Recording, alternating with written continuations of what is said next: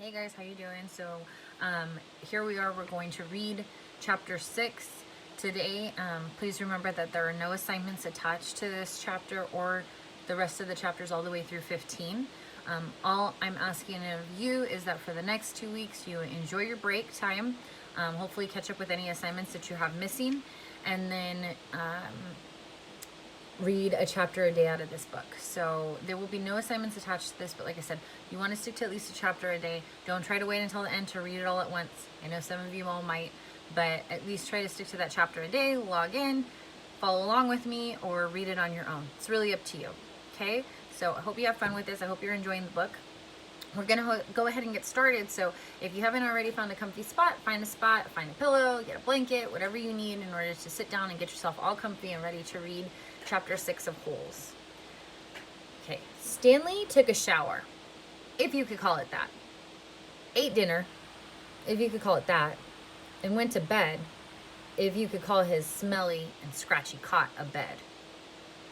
Because of the scarcity of water, each camper was only allowed a 4-minute shower. It took Stanley nearly that long to get used to the cold water. There was no knob for hot water. He kept stepping into, then jumping back from the spray until the water shut off automatically. He never managed to use his bar of soap, which was just as well, because he wouldn't have had time to rinse off the suds. Dinner was some kind of stewed meat and vegetables. The meat was brown, and the vegetables had once been green. Everything tasted pretty much the same. He ate it all and used his slice of white bread to mop up the juice. Stanley had never been one to leave food on his plate, no matter how it tasted.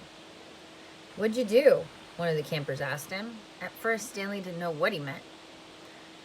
"They sent you here for a reason." "Oh," he realized. "I stole a pair of sneakers." The other boys thought that was funny. Stanley wasn't sure why. Maybe because their crimes were a lot worse than stealing shoes? "From a store, or were they from someone's feet?" asked Squid. Go ahead and go down. Neither," Stanley answered. "They belonged to Clyde Livingston."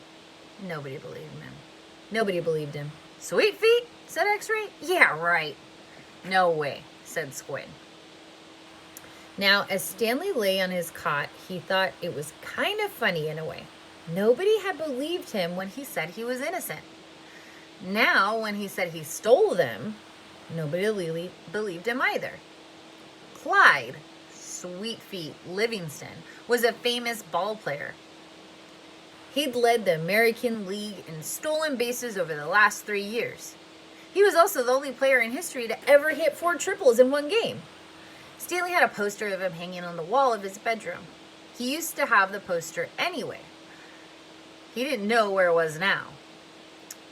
It had been taken by the police and was used as evidence of his guilt in the courtroom. Clyde Livingston